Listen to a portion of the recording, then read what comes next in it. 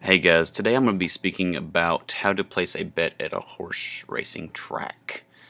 As you can see here, this is a picture of horses running at Keeneland here in Kentucky. But to start off, Roger Virgin states in his article, quote, titled, An Investigation of Decision Rules for Thoroughbred Racehorse Wagering, that as long as horses have had races, men have bet on the outcomes of those races. This is especially true in the state that we live in, the state of Kentucky, where horse racing is a pastime. It is a thrill that most Americans can only experience during specialized events like the Kentucky Derby, the Belmont Stakes, the Preakness, and the Breeders' Cup. But luckily for us, we live in the state that is known for horse racing, and it's full of history and has two great tracks, Churchill Downs and Keeneland. Most people flock to these tracks in the spring and in the fall during the meets to take in not only just the atmosphere, but just the beauty of the horses and the track and the people that are there in general. But a high percentage of these track visitors spend their time at the track placing bets or wagers on these races. But today I just want to give you a simple understanding of how to place a bet and what the most basic bets are that you can make while enjoying your time at the racetrack. But start off, first you want to try to find a program that will tell you about each race and when the horses will be at post or when the race will begin. And usually you can find these at like the front doors, stuff like that. This is an example of what the inside of most pamphlets or programs will look like. Most of them will not include these silk pictures and stuff like that, but it has all the information that you will need. And I apologize for that being backwards as I'm on FaceTime.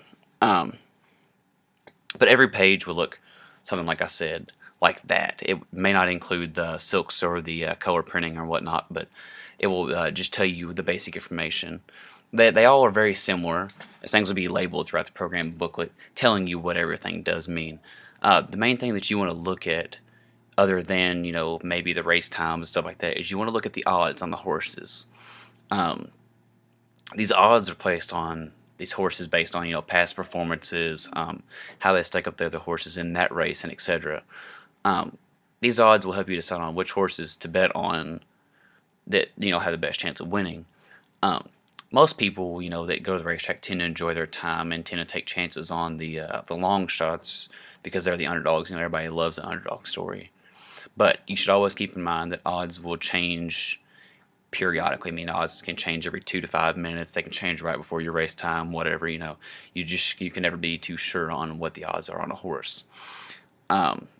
Your odds basically they simply dictate how much the winning bet will pay off. If you're able to pick the horse that wins, your bet will pay out based on the final odds before the race time and not the odds of when you went and placed your bet. So you can go place a bet 20 minutes before a race. Odds can change 3 times, and it'll be based on what it is when the horses get to post. A basic example of a bet would be a 13, or odd would be a 13-2 odd. This is the same thing as 6.5 to 1 odd. And I mean that would basically mean that if you placed a bet that you would win $6.50 for every dollar that you had bet before. So that's just kind of like a basic understanding of the odds. So now you want to actually go to the process of placing your bet at the window, or placing a bet period. You want to know the basic bets and what they actually mean, what they entail, and stuff like that. According to AmericasBestRacing.net, there are 2 main types of wagers: straight wagers and exotic wagers. Straight wagers are like they say, they're straightforward. They are win, place, and show.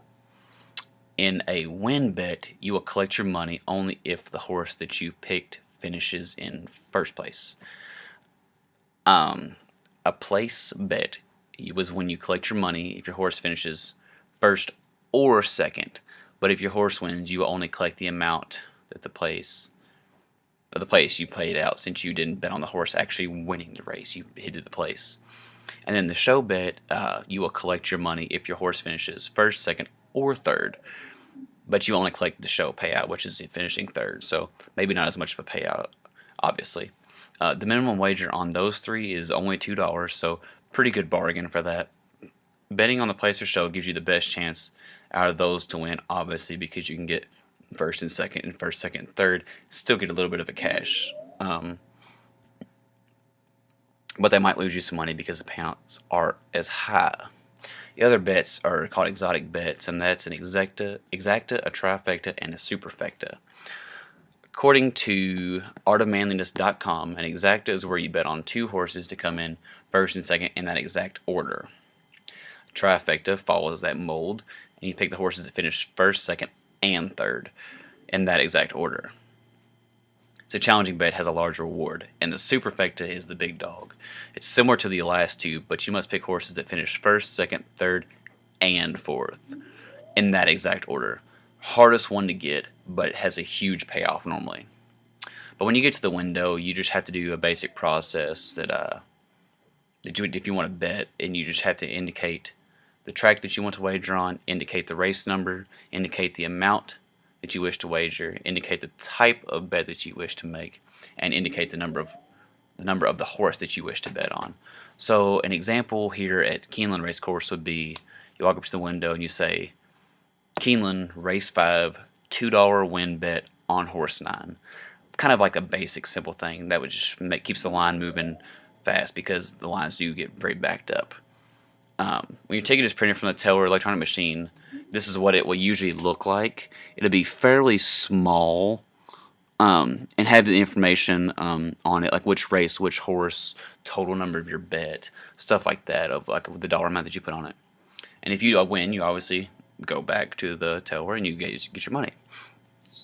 But we should consider ourselves really lucky to be living in a state that is just so rich in horse racing history. Horse racing, to me and to others, is just not only an experience, but it's an outing and just pure entertainment. But compare going to a racetrack to movies or even other sporting events. If you go to college football games, college basketball games, tickets can range from $10 to $200, $300, $400, $500, maybe even.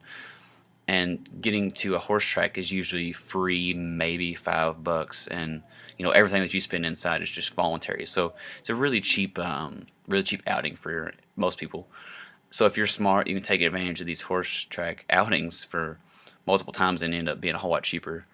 But to me, horse racing is something that is majestic and that encompasses what makes our state, unique compared to others. So I really do encourage you all to step out to Keeneland or Churchill Downs during the spring meets that start this weekend and take in the experience of horse racing and try to win some money with the information that I've taught you. Thanks.